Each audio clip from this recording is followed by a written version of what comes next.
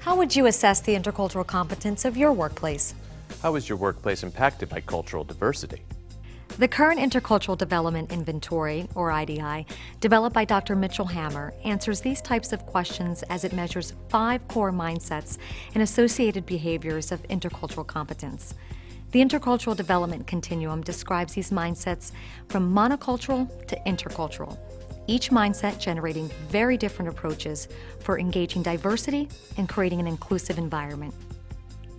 The monocultural end of the continuum begins with denial and polarization. A denial orientation sees more observable cultural differences, but often does not notice deeper cultural patterns, for example, in conflict resolution styles. Polarization notices difference, where difference is often negatively judged from an us versus them viewpoint. One form of polarization is defense, being less critical towards one's own cultural values and practices and overly critical towards others. Another form of polarization is reversal, an overly critical view towards one's own group and an uncritical view towards the practices of other communities. Polarization mindsets value employees who can quickly be brought up to speed on how we do things around here.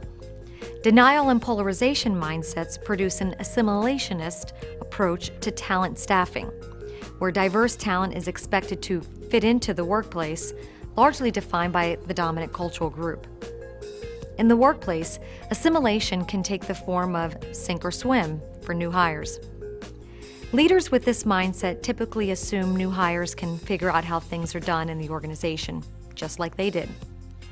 Behaving differently from how things are done here often has negative consequences, resulting in diverse individuals often feeling ignored, uncomfortable, and experiencing a sense of bias as their contributions go unrecognized. In the middle of the continuum is minimization, a transitional orientation between monocultural and intercultural mindsets. This mindset values commonalities but de-emphasizes difference. For dominant group members, minimization tends to lack deeper cultural self-awareness, including awareness around power and privilege.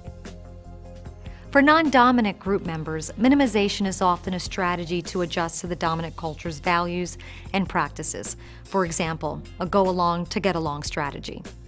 With a minimization mindset, leadership typically supports a universalist approach by focusing on the elimination of bias through common policies that assure equal opportunity for all. Clearly, these efforts improve cross-cultural relations, yet the universalist approach does not address how to value diversity or bridge across cultural differences. As a result, diverse perspectives and experiences are typically not fully heard. On the other end of the continuum are intercultural or global mindsets.